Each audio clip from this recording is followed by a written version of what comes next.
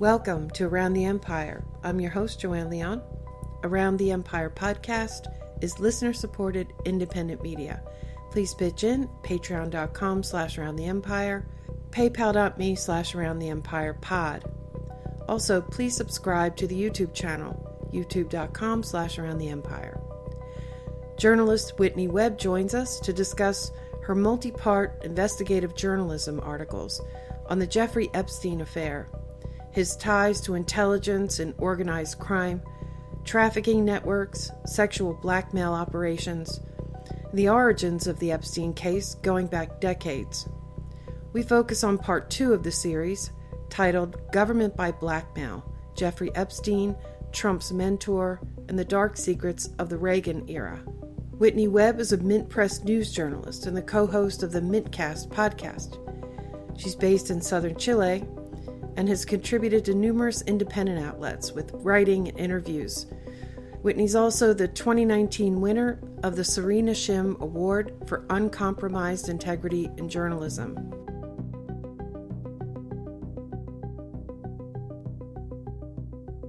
We recorded this on July 26th, 2019.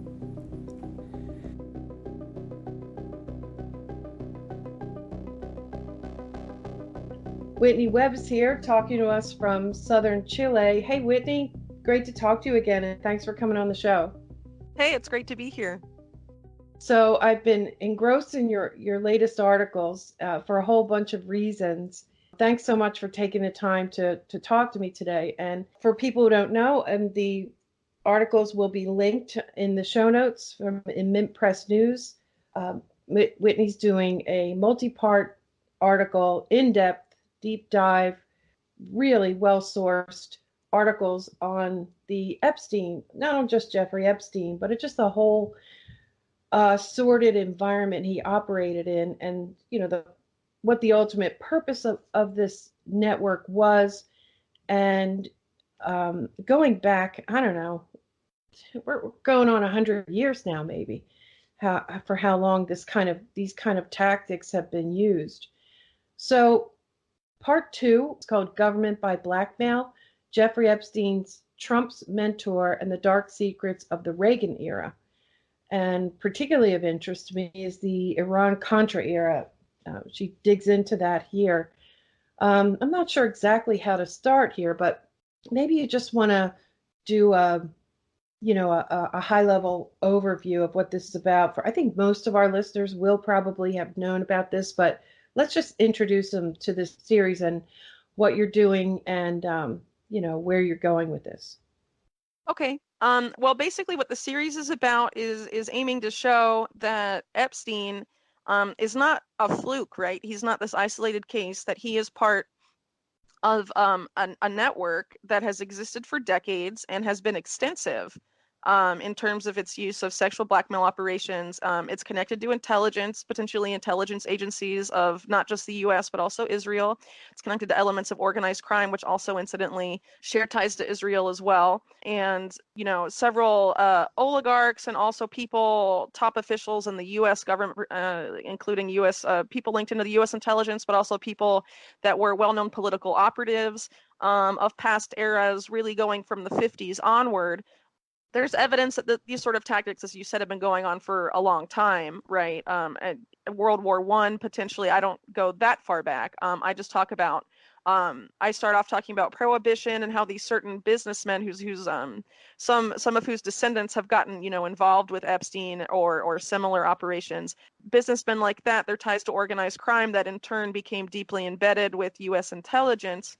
And also later Israeli intelligence after the formation of the State of Israel, and how that has gone forward and developed over time, and how this sort of the same network ended up developing sexual blackmail operations that were used specifically in the McCarthy era as part of the anti-communist crusade, trying to entrap people to either go along with, McCarthy's tactics or things like that, to sort of either support or, get wrapped up in and have their careers destroyed in that sort of Red Scare of the time. And that this continued not only through the 60s, but into the 70s and the 80s, which is where my second piece, which you just mentioned, goes into the Reagan administrations and George H.W. Bush, And of course, in the last installment, I'm going to be getting into Clinton a little bit because he is also pretty tied in here too.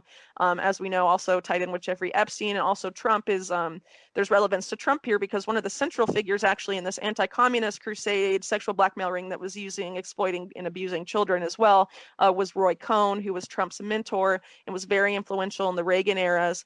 And of course, it's important to talk about the 1980s, which is why I spent so much time in this era, because this is also when Jeffrey Epstein got his start. A lot of people think, that this mostly went on in the early 2000s and whatnot, but actually, his ties with his main financiers, like Leslie Wexner and all of that all started in 1987. So this, if you want to look at Epstein's career and how he sort of came to be in this position that he was in at the time of his arrest, you really have to go back to this period and see what this network was. And one thing I want people to take away from this is that this is extensive. And the fact that Jeffrey Epstein has come into public view is important, but he should not be taken as an isolated case. There are likely more people just like him running similar operations that are also tied to powerful people, because a lot of these operations in the past involved young boys. And Epstein, for example, was known to have used and abused young girls. So it's very likely that there is someone still around doing sexual blackmail operations with young boys. Or, there's also been rings in the past that have been broken up that have been mixed groups, boys and girls. So, it's very likely that there is much more to this than just Jeffrey Epstein, and that's why I'm taking the time to really show all these connections and how they interconnect, and how this is, a big racket that doesn't just involve Epstein. And I think the more we tug at the strings to which Epstein is connected, the more will be revealed. So I'm hoping to do at least part of that as much as I can really in this series, which is a 3-part series. The 3rd part will be out next week, and that'll be focusing on the aspects I haven't gotten into yet, which includes these the group like the Mega Group, which has come under scrutiny in relation to Epstein, the Mossad ties, because I talk mostly about the CIA and Iran Contra and all of that in part 2, but there's also been hints of Mossad involvement because of the alleged procurer of girls and madam for Jeffrey Epstein, Ghislaine Maxwell. Her father was a known Mossad asset and potentially Mossad agent. So, all those connections I will be exploring in part 3. Yeah, she's a particularly interesting character because she seems to be untouchable. And Right. yeah, exactly. So when Epstein was, when you could say the first time someone tried to expose him and take him down, he walked.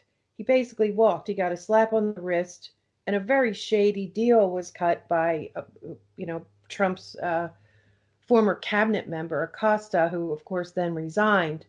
But interestingly, was it the Daily Beast that mentioned that Acosta had told some sort of high-level White House anonymous officials that Acosta claims that he was approached and he was told to back off because Epstein was owned by intelligence. Yes, that And was so, the Daily Beast that reported that, correct. yeah, which is interesting in its own right. And as far as I know, that detail has not been touched by other media who are covering this story, but they Right. seem It's to been be, glazed over. And I think a lot of these other media outlets have tried to transform this into something like if it was the Monica Lewinsky scandal, right? It's being treated sort of as like a sex scandal, not as a spy scandal and not as a child abuse scandal, yeah, which it is in both cases, which I think is really telling. They're sort of latching on to, I guess, what you can consider the sensationalist side of this, instead of really looking at the dark side of it, which is what should be given the most attention, in my personal opinion. yeah, particularly because, I approach it from the aspect of empire. I'm trying to understand what the empire is. And of course, that requires getting into wars and foreign policy. And one of the things that has always perplexed me is how little the subject of trafficking in general, trafficking, I'm going to use that the big capital T trafficking, because trafficking is not just in this despicable, abuse of children. Um, as we know from Iran Contra, at first we thought it was just gun running, and people just kind of brush off gun running as if, well, yeah, that happens. Nobody really gets too upset about that. But then it was exposed that it was also drug running, which people do get Right. upset about. And, with Kosovo, we found out, oh my God, there's like an organ trafficking network as And also well. human trafficking and sex trafficking there as well. And Right. the human trafficking and the sex trafficking. And I think it's reasonable to believe that that trafficking is not particularly easy to do, that you need to set up international networks. And I think it's reasonable. I'm going on the assumption that trafficking, and because of a lot of the reason I do it is because of Iran Contra. One of the most important things that did was to show us that gun trafficking and drug trafficking, they utilize the same network, because these networks are not easy to set up and to operate.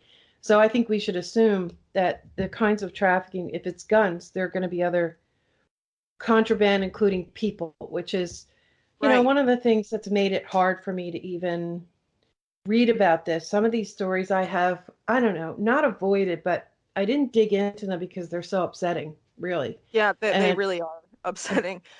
It's easier when they don't come with pictures. In the next couple months, I'm going to be co-writing a series about organ trafficking in Syria, of organ trafficking of children in Syria with Vanessa Beeley.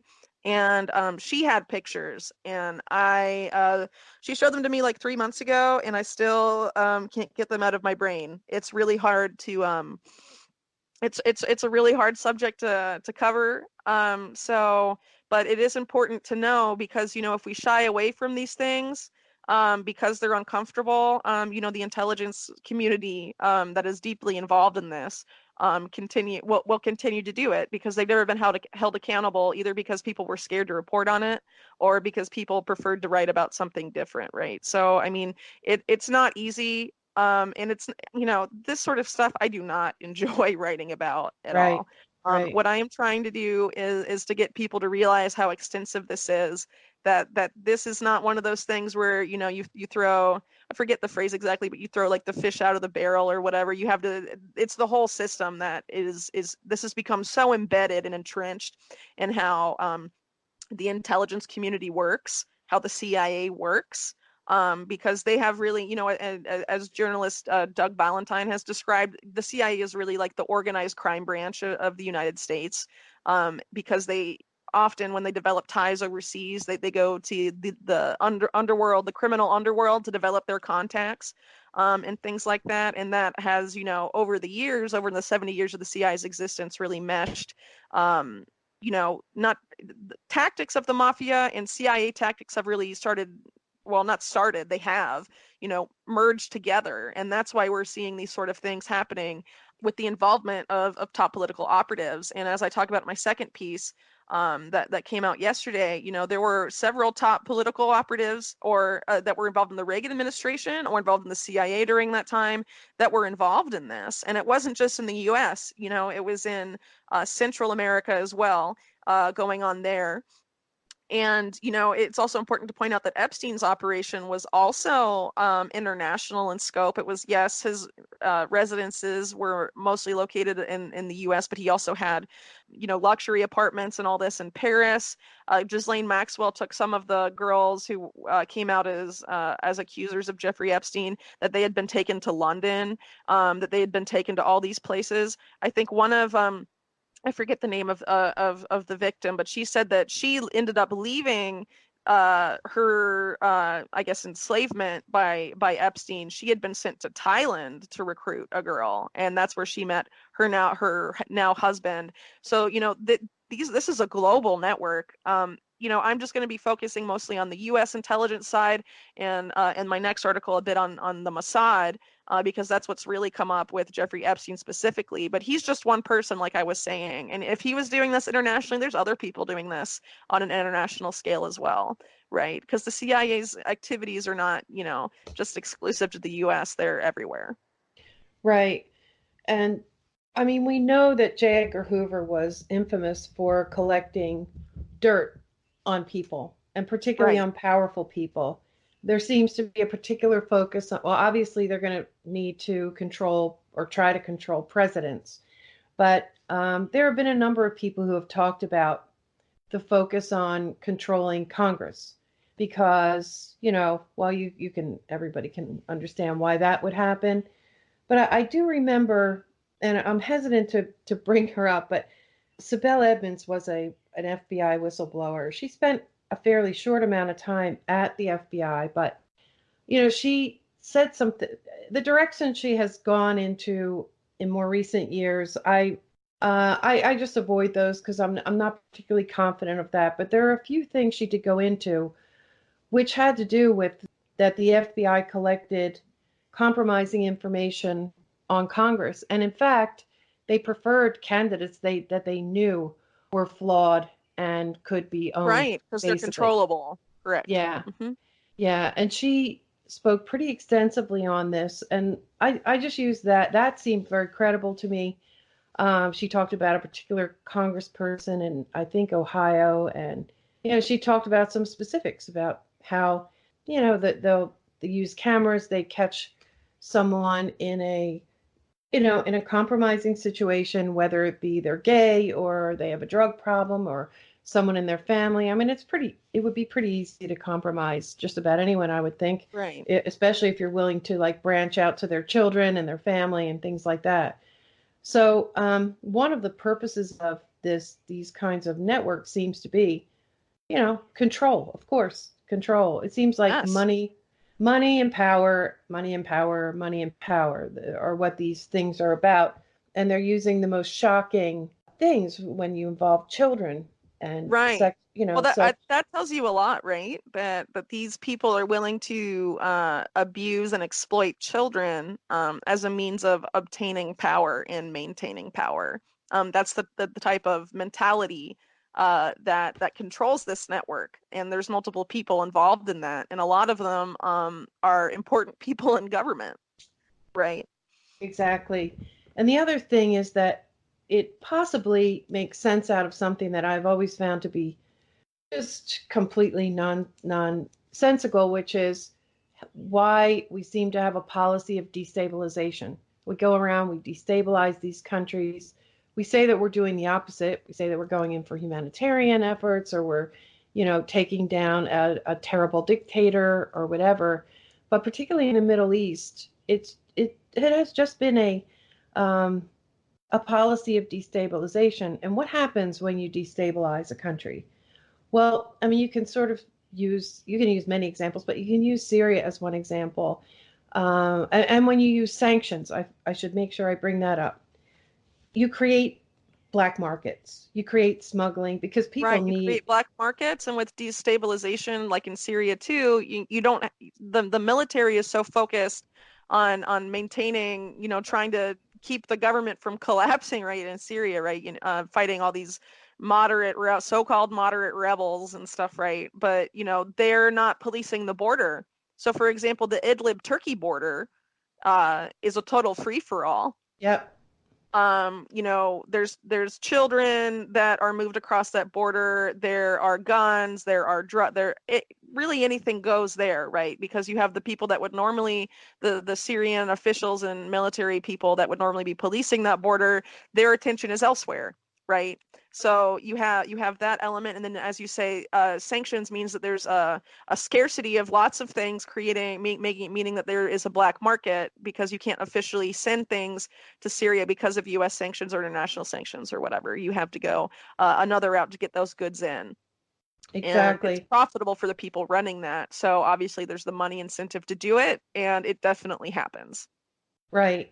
And the types of networks that you're exposing here, they thrive. They need a destabilization. They need an environment where there's just flourishing black markets. Right. And so, if you're wondering why the CIA operation in Syria, which seemed to be in complete contradiction with the military's operation, and they were in conflict. We know that from what some people have said. Just take that as a dot that maybe can be connected, or as a motivation. And and I also remember one little detail too, is that Iran's been under sanction for 40 years now, and they have a lot of oil that they can't sell on the open market, but they do sell the oil. The same with the Kurds in northern Iraq. They have a Right. pipeline. They have a pipeline into Turkey that, I think Erdogan's son-in-law or something would run. There was talk about how some of that oil was going to Israel, and then it gets laundered, right? Somebody buys Yeah. it as Right. legitimate oil. But one thing I remember when the Iran deal was cut was a speech that Rouhani, the president of Iran, gave, where he basically pleaded with the people in his own country to please shut down the black markets and to go into the legitimate oil business, because part of the Iran deal was going to allow them to, they were still sanctioned, but it was going to allow them to, legitimize. I mean, black markets are terrible for countries, right? They don't pay taxes. Therefore, the country doesn't have revenue. Yeah, and There's they're all, full of informants for foreign intelligence agencies. they're all, yeah. And usually, and I think it's a necessity, the militaries are involved.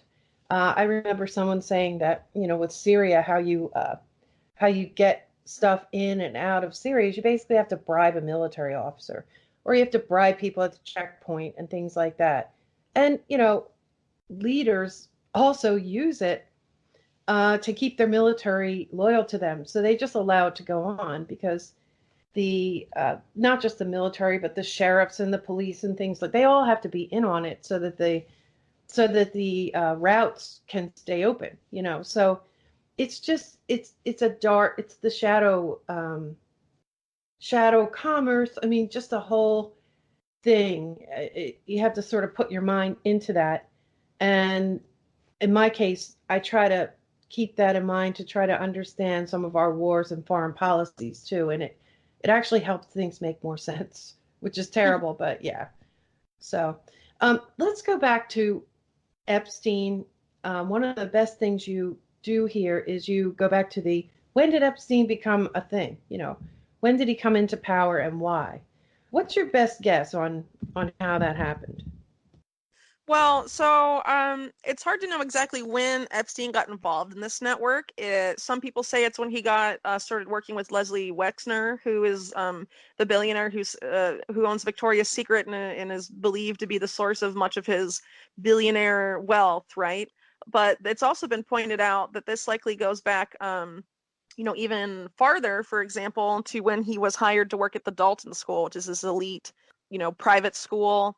And he was hired there as a high school dropout by Donald Barr, who is the father of the current Attorney General William Barr. And Donald Barr worked for the forerunner of the CIA, the Office of Strategic Services, and he recruited Jeffrey Epstein to work at the Dalton School. And only a year prior, Donald Barr was writing all these sexual slavery sci-fi novels, So weird. which is very bizarre. In the same year that Donald Barr hired Epstein, his son William Barr, current Attorney General, was working for the CIA. And he was working for the CIA with some people, including Donald Gregg at that time. And Donald Gregg later went on to be the facilitator of the midnight White House tour visits of call boys, as they were called in the press, or these exploited youths for sexual purposes to the White House.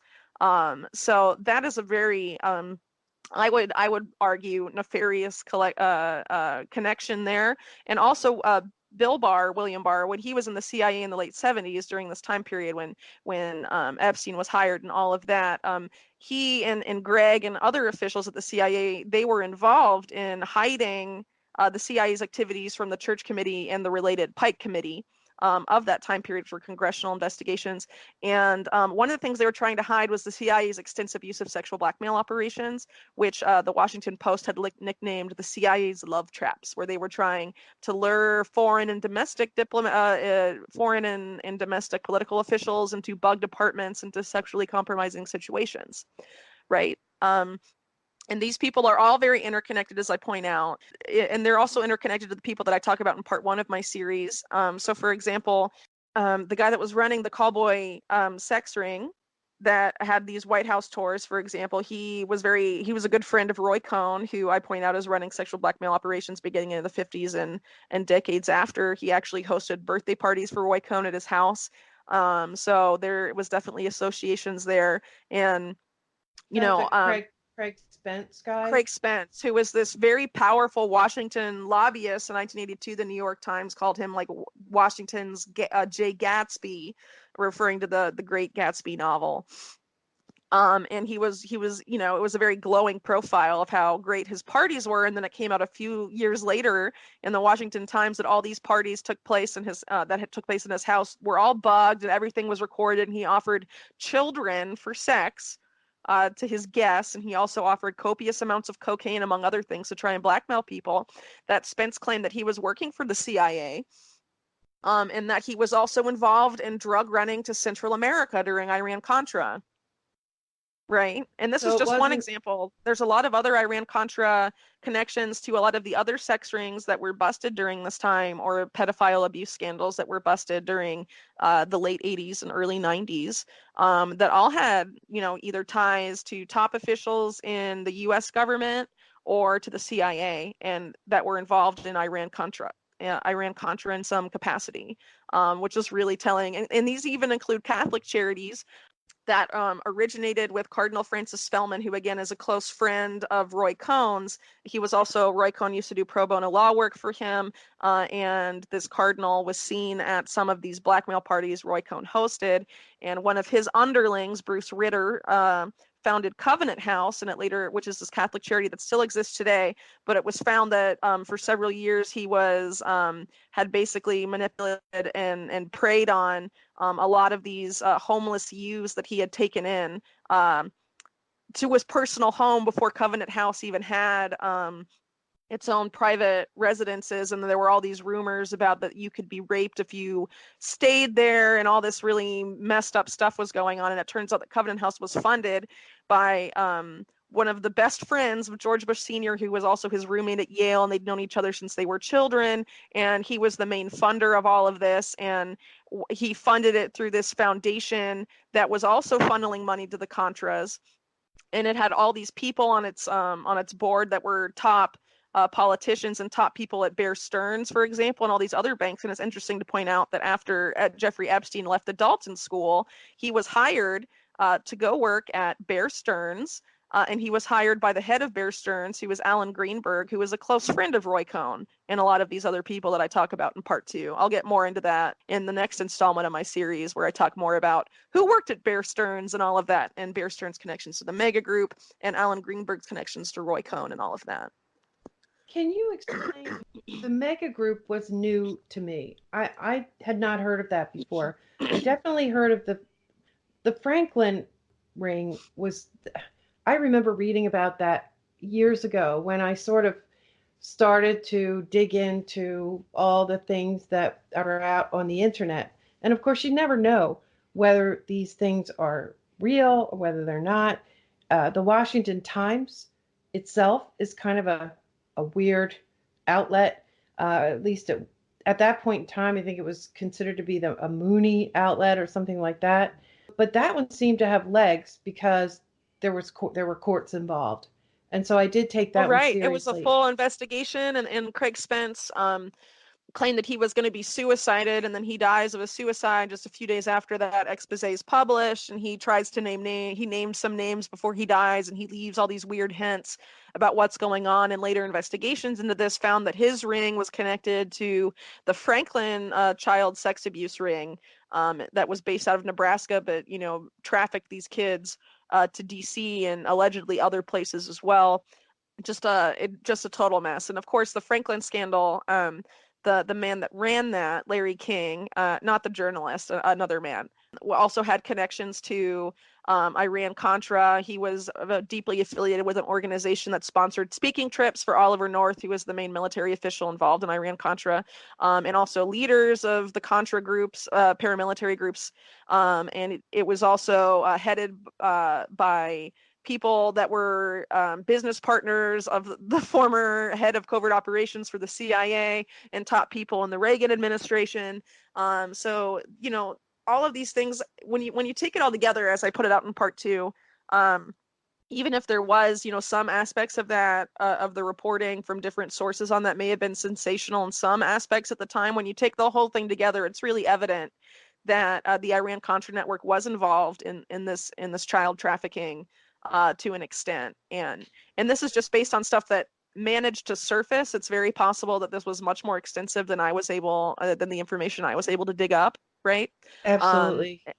Because, not everyone, these were the people that got arrested and outed for their activities that honest actors and local and state and the federal government were able to expose to some extent. But all of these were really subject to very extensive cover-ups, arguably with the Franklin cover-up or the Franklin scandal cover-up being probably the most well-known, because how it was covered up by the FBI specifically was really well documented by people that investigated it and covered that.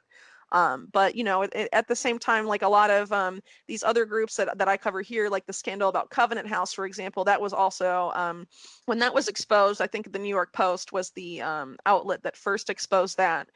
The backlash from other branches of mainstream media and also from the political class was very strong. Like even the governor of New York at the time got involved in trying to discredit the reporting and all of the stuff, but eventually it had to be acknowledged that yes, this was definitely going on, right? Yeah. So and I talk about that in the beginning of part 2 a little bit too, about how extensive Roy Cohn specifically, since he's sort of the guy that I talk about a lot in part 1, that he had super close ties to huge names in media. And I'm not just talking about individual journalists, though he did have close ties to several big name journalists as well, like William Buckley and Barbara Walters were among his closest friends. But he was also, some of his other best friends were media moguls, people that controlled and that owned large numbers of publications.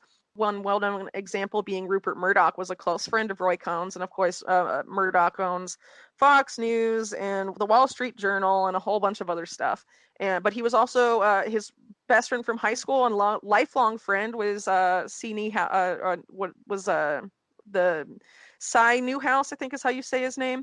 And he was the owner of Condé Nast magazines, which includes Vanity Fair, Vogue, GQ, Esquire, The New Yorker, a bunch of local newspapers. They also used to own Bright House, the cable network, before that was absorbed into another bigger company. And also the guy that ran the National Enquirer and the guy that ran the Hearst Corporation were also some of his high school buddies. Right. So, Yeah. And he had people in pretty much every major magazine in the world. And it was documented that he would go to people like Rupert Murdoch and say, kill this story. And he's the boss of all these papers. And so obviously they're not going to publish stuff that he doesn't want them to publish. Right. Yeah. So if you look at, Cohn was involved in a sexual blackmail ring and he was trafficking young boys.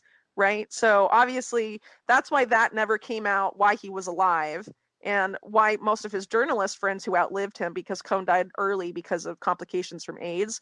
But a lot of his people, these people that I've been talking about that he was close to, only died recently, most of them, right? So this hasn't really come out in media for a long time, likely because of this and how these friendships or whatever were so cultivated in this control over the press was so, I want to say complete. Obviously, there were, holes there. I mean, they didn't control absolutely every journalist in the whole country. Otherwise, none of these stories would have come out. But it was very extensive to the point where if an outlet like the New York Post, for example, reports on the Covenant House scandal, all these other outlets can be weaponized immediately to discredit it. And then that makes, the American media consumer of the time think, oh, this must have been fluke reporting because all the other outlets think it's, it's bunk. Right. Yeah. But what those people don't know is that maybe the reporting is correct and all of the other outlets that are trying to discredit it are controlled by the people who are compromised by that reporting. Right. So that's part of what I'm trying to show here. And of course, those sorts of relationships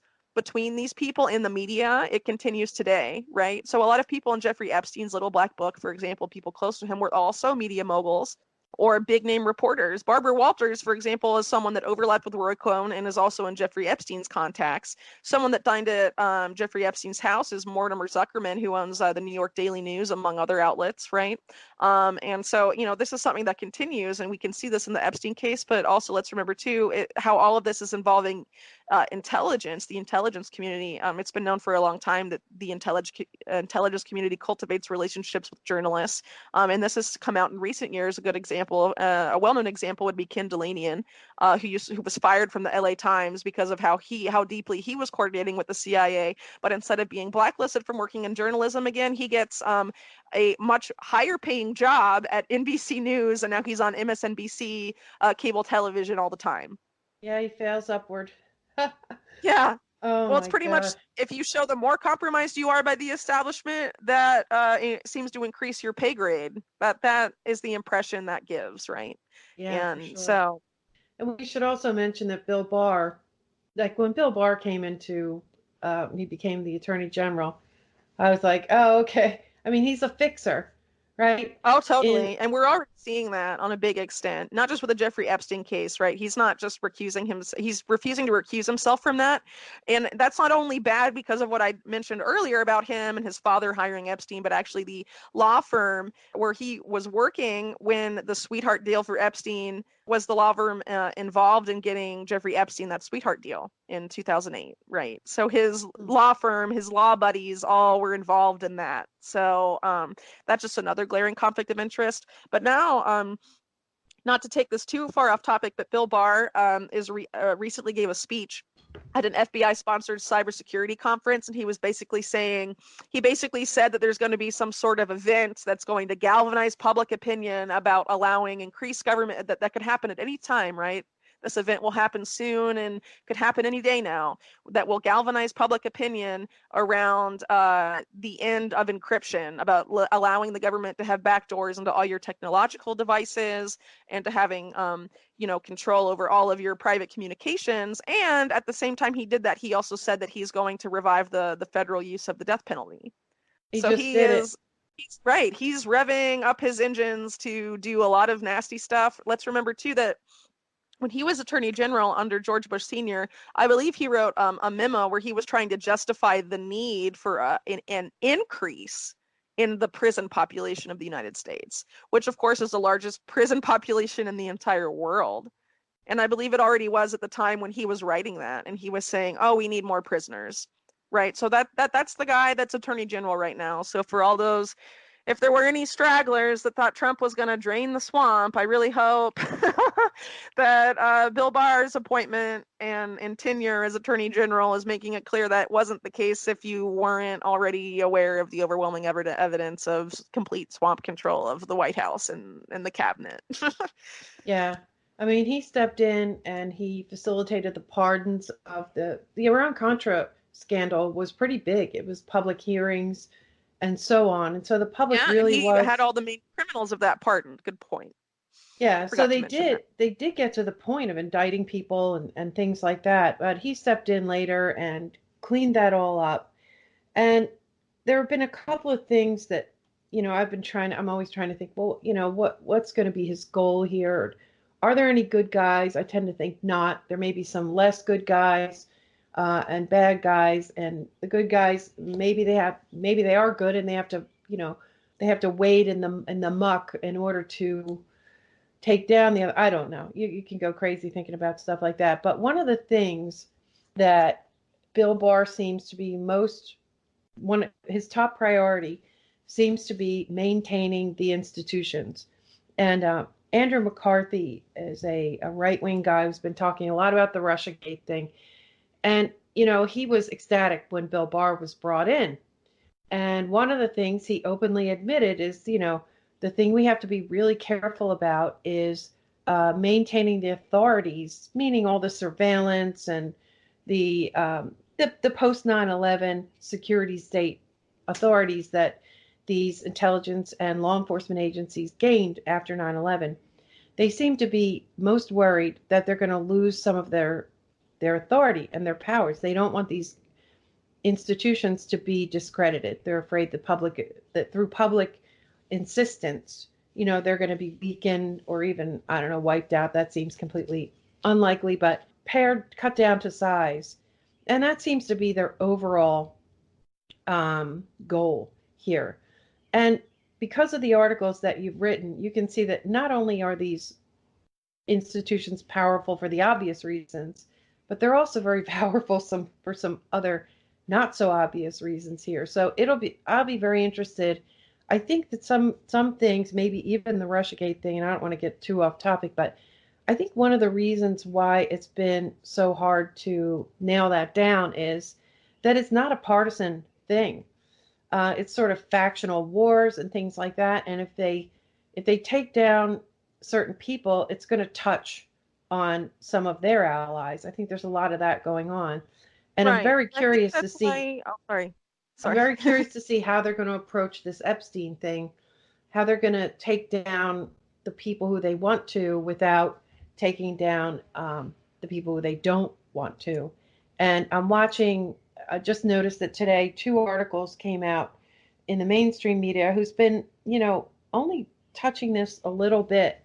But the Wall Street Journal and the New York Times both have new articles out today, which is interesting about Epstein. The Wall Street Journal said that they're subpoenaing Epstein pilots, which is where some of the most interesting information came, including the larger number of Bill Clinton, flights with Epstein. And the New York Times is now reporting the Les Wexner. I think that's the way that name. Right. Yeah. Well, Les it's Leslie Wexner. Wexner, but his nickname is Les, I guess Yeah, is what Les Wexner, the retail mogul. And I tend to think that they're going to cover that very carefully. They're going to try to keep it contained, but we'll see. They're acting like that's new news too. By the way, Whitney, they're like on MSNBC. They were praising the New York Times journalist for digging this up and breaking down this story. And I thought it was hilarious. Yeah, that's kind of bizarre when you consider that as soon as the Epstein case broke, I mean, one of the first things to actually come out was his ties to Leslie Wexner, like in the the few days after, and that was like several weeks, like more than 2 weeks ago. So, oh well, mainstream media, when stories break, they like to repackage it and act like they did all the reporting, even if it actually was done by independent outlets or outlets even smaller than the New York Times and all of this. That they like to take credit for other people's work sometimes, especially when they miss stories that turn out to be big, right? Yeah, and that's one of the good things that you pointed out in this too, is just the that section on Roy Cohn about how he can fix anything in New York City. Yeah. All the ties and the U.S. intelligence ties to the media. Basically, you can't. Another thing I heard you say in a different article is that most of the information that we have about all of these trafficking rings in the past, over the past decades, came from independent media, right? Yeah, or from smaller outlets. They didn't come from like the New York Times. Well, I mean, the New York Times did report on the Franklin scandal, but it wasn't the first to report on it. The first to report on it was the Omaha World Herald, which is, a local Nebraska paper. And the Washington Times was the one that wrote on the Craig Spence sex ring, but that, that was local to Washington, D.C. And I think they were the only ones that really covered that in depth, though I did think it did get some coverage on cable television, but to a small extent. It wasn't as extensive as the Washington Times reporting was. Right.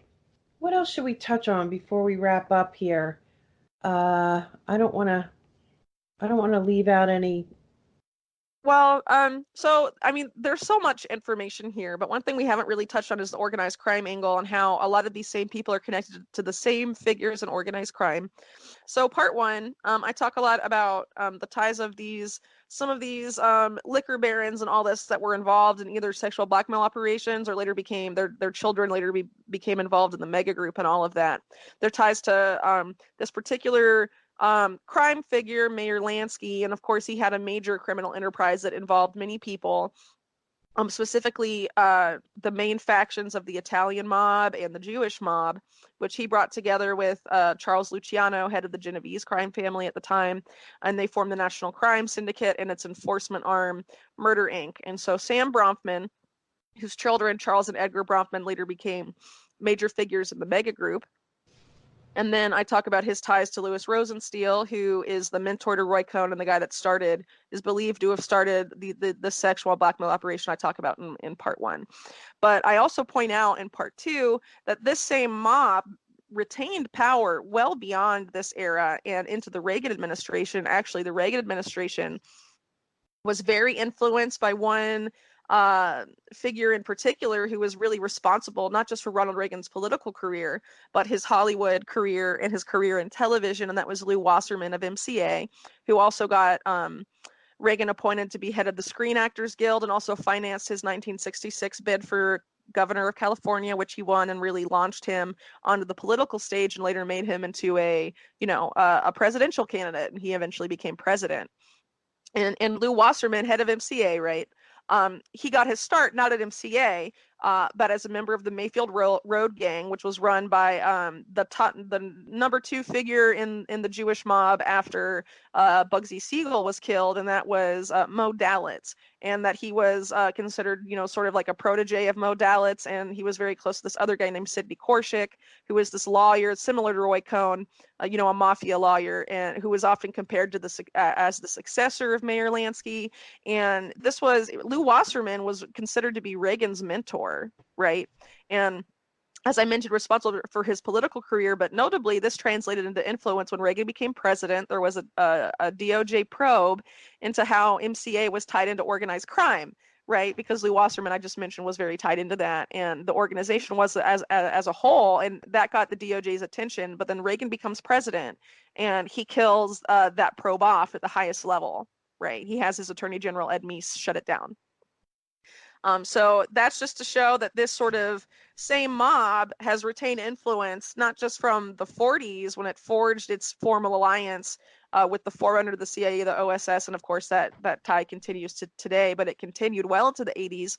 And as I'll be talking about in part 3, the mega group, which is still influential today, all of the main people in there have this ties to the same mob. It's crazy. And so this sort of mob influence is very clear, and I'm going to be showing in part 3 that Bill Clinton was also connected to this, and of course Donald Trump, who is Roy Cohn's protege, also connected to these same interests as well, and people in the mega group, particularly Ronald Lauder, who's a big figure in there, and he's also a major Trump and also Netanyahu donor. So this is all just one big network, and I'm hoping I know it's pretty dizzying to consider all of these names and connections, but if you take the time, it becomes very clear to see that this is a network that has really been in control of not just U.S. government, but had huge influence in U.S. intelligence operations and all these sort of activities that we're talking about here. They've been in control for decades. Yeah. It's really staggering to think about.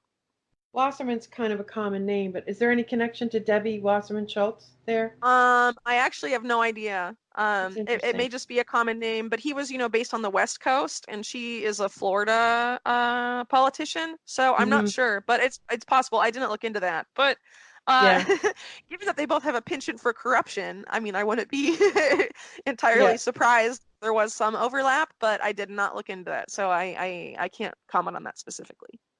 And lastly, what do you make of the SDNY? One of the nicknames for the SDNY, for people who don't know, that's the Southern District of New York. It's one of the Department of Justice territories. The Department of Justice, we have the Attorney General, and then the Attorney General has U.S. attorneys that are all across the country. The whole country is divided up into districts. The Southern District of New York is a particularly powerful one. In fact, it has a nickname, the Sovereign District of New York. Yeah, because well, it's considered to be the most influential, right? And a lot of the attorneys that come out of there later go on to serve in major positions in the government. So like Jame Comey, for example, I believe was an attorney there, and he later became head of the FBI. And just in New York and in general, a lot of people that were either, judges in that district or prosecutors or any of this stuff, they eventually go on to serve in even higher positions up in the U.S. government. So yeah, it's often considered a powerhouse, especially relative to other districts. Right, but the Southern District of New York has gone after Trump. Technically, he's their boss, right? They report technically to the Attorney General. The Attorney General, of course, reports to the President. But the fact that they're called the Sovereign District of New York, I think, kind of means that the DOJ doesn't have full control over them. The last guy to run that was Preet Bharara, who's been a big Russiagate guy. He was known to sort of some of them promoting it. Right. Yeah, they get the U.S. attorneys get these reputations as almost like superhero crime fighters. We take down the big, Yeah. because Wall Street is, of course, and most of New York is in the Southern District of New York. We all know that there's no real accountability for them unless they sort of decide to take them down. But it's curious that they are going after Epstein, and I wonder about why now. Well, Anyway, why now is a big question, but I'm not particularly confident in the SDNY's motives as being entirely pure here. So let looking at the history a bit. So going back into the 30s, right? Thomas Dewey, who later became governor of New York, he made one of the reasons he became governor is because he had this reputation of being tough on organized crime, and he prosecuted Charles Luciano in the 30s. But actually, what that did is that prosecution, and remember, Thomas Dewey was really close to the Dulles brothers, including the former CIA director, the first CIA director, Allen Dulles, who was just a horrible human being. Thomas Dewey, when he prosecuted Luciano, basically allowed Meyer Lansky to take over the entire national crime syndicate. It was consolidation. Years later, in the 80s, we see the same thing happen with Rudy Giuliani, who also built his future political career off of being tough on organized crime. In the 80s, he claimed to go after, and he did, the heads of the 5 families, right? But all the 5 families were Italian. Let's remember, as I mentioned earlier, the Italian and Jewish mobs went into business together beginning in the 20s. right. This was another stage of consolidation for the other half of this syndicate, right? Which I really think a big part of them is actually the mega group, because a lot of people in the mega group, as I said, have direct ties to the same criminal enterprise. Yeah. So there was major consolidation going on there in 1985, and this all happened in this district, right? And it gave this illusion of these lawyers who later became prominent politicians, right? Rudy Giuliani is still prominent today, right? And he tried to launch his presidential candidacy off of, this reputation of being tough on organized crime. But I would really argue it's a facade. It was all about consolidating stuff for other powerful interests, and them trying to outfox their competitors. Yeah, I do think it's factional largely, but yeah, go ahead. Right. So I think what's happening now is a similar factional thing. And I think what happens with Jeffrey Epstein, and this is evidenced by the fact that they're not going after Ghislaine Maxwell at all. They're just going after Jeffrey Epstein. I think it's going to be, if they try and go after anyone that's not Jeffrey Epstein, it's going to be the motive of that is going to be a similar motive of consolidation of the same criminal network. And I think, you can see that with the fact that the prosecutor, right, the person making the case, is Jame Comey's daughter, right? The daughter of the former FBI director. And of course, as I point out in my series, the FBI is very involved in these types of operations.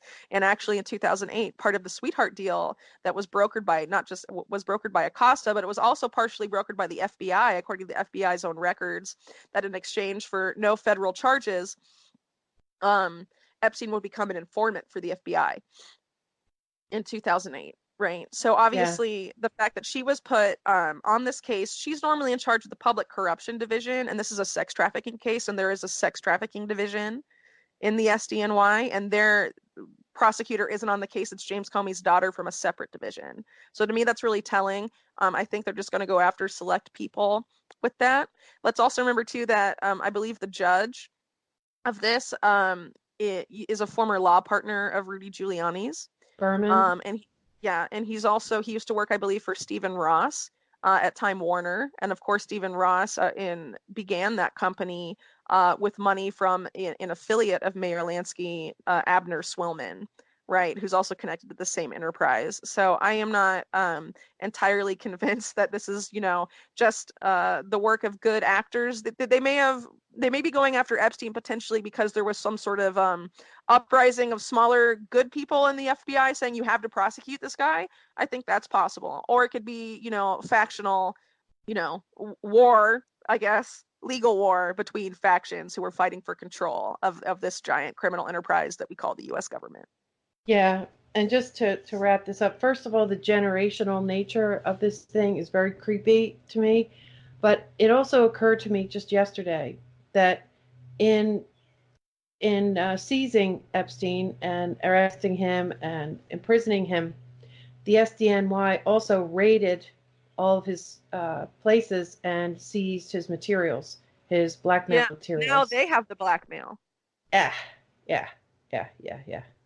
Right. So, I don't know, just something to think about, right? Well, it's interesting because I'm going to be showing this in part 3. It seems like Epstein was really the personal blackmail guy of the mega group, potentially. I mean, he's tied into a bunch of other stuff, right, too. But it seems like he was particularly working for oligarchs more in intelligence agencies, also answer to oligarchs to an extent as well. Let's remember, too, that the CIA's covert operations in the past, including the overthrow of governments, have been on behalf of corporate interests. One example, the overthrow of the government of Guatemala in the 50s, that was done for United Fruit Company, not for U.S. national security interests. Yep. So I think that, he was answering to oligarchical powers, but there's always infighting between certain groups of oligarchs, and now all of his blackmail that he had acquired is now in the hands of a different faction. I think that's very interesting, and this may have just, as you mentioned, may have just been sort of in a controlled thing to sort of move blackmail from one group, one faction to another. Yeah, I know. It'll be pretty interesting to see how it plays out. And I wonder if that is what Barr's talking about, the incident that's going to sort of, whatever you want to call it, the new, hopefully it's not a false flag. Hopefully it's not, hopefully it's not a terrorist attack. I think that exposing these kind of rings and things like that could be just as big a bombshell as some kind of an attack. But anyway, let me let you go. But before we go, please let everyone know where to find your work, how to support you, and just mention, just the importance of independent media in this. Not to be self-serving, but it's just really true. This kind of thing, right? The people who are pursuing it with no agenda are the independent media people. Exactly. And as we discussed, right, people that are involved in these operations have very high level ties to media moguls of mainstream media and also individual journalists. And that's why these stories have not come out as they should have over the years. A lot of this stuff about Epstein was known before. More of it's coming out now, especially because his properties have been raided and things like this Austrian passport with Saudi residence and all these weird things are coming out. And a lot of that has to do, some of that has come from mainstream media, but a lot of the reporting and a lot of the most extensive media scrutiny of the Epstein case now is all coming from independent media. But of course, other stories that these powerful interests want swept under the rug, the mainstream media either ignores, discredit, or discredits them. And of course, if you want unbiased information that isn't beholden to these sickos who are exploiting children in the names of power, right? That's independent media that does that. So it's really, outlets like MintPress, where I write, we do not have a huge budget. We are 100% reader supported. We used to get some income from Google AdSense, but because of the tech censorship angle of this as well, we have been pretty much entirely cut off from that revenue stream. So we had to restructure the whole company, and we are 100% reader supported now. So for anyone that wants to support my work or MintPress News, you can support us on Patreon. You can also donate directly from the MintPress News webpage, mintpressnews.com. You can follow my work on Twitter. Facebook doesn't let me post links anymore for my author page, so I haven't used it since April. But you can follow me on Twitter. I'm at _Whitney Webb. You can also follow MintPress News there. And MintPress is on several platforms. They're still on Facebook, so you can find my work there as well, but just not my personal author page. Great. Yeah, I found one point. It's hard to figure out whether you're suppressed on YouTube or not, but I did find definitive proof that I was. When you search YouTube for hot news topics, at that point in time, I think it was Venezuela. And so soon after I published the YouTube version of this, it's still just audio, but I did a past 24-hour search on Venezuela, and my video was not there. So it's definitely being suppressed. Also the search algorithm on YouTube is heavily suppressed. If you look for information on a certain event, now instead of getting a mix of alternative and mainstream sources, it's exclusively mainstream sources until you scroll down numerous times, and then the other alternative sources start to appear.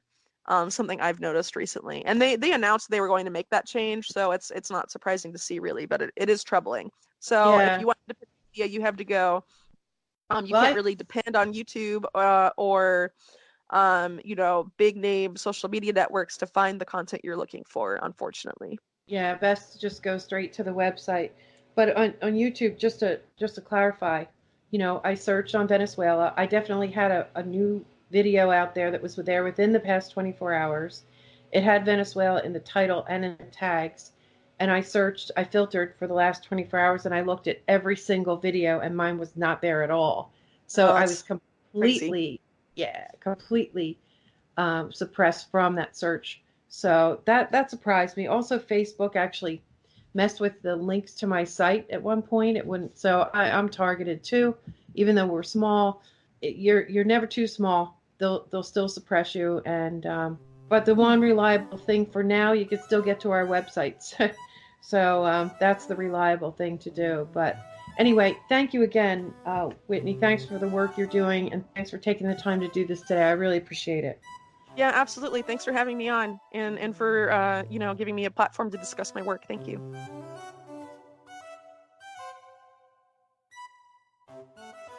Thank you for listening. A special thanks to Whitney Webb. Follow Whitney on Twitter @_Whitney Webb, WhitneyWebb. Find her work at MintPress News and the MintCast podcast. The Around the Empire podcast is independent media. Your support is really important. Please pitch in at patreon.com/aroundtheempire or one-time donations via PayPal at paypal.me/aroundtheempirepod. You can find these links on our website, aroundtheempire.com. There are many ways to listen to the podcast. Find it on any mobile podcast app, or on the website, aroundtheempire.com, or on Patreon, patreon.com/aroundtheempire, or on YouTube, youtube.com/aroundtheempire. And if you're listening on YouTube, hit the thumbs up icon to like the individual videos. Don't forget to subscribe and leave some comments. Also follow us on Twitter @aroundtheempire. And we'll see you next time. Take care, everyone.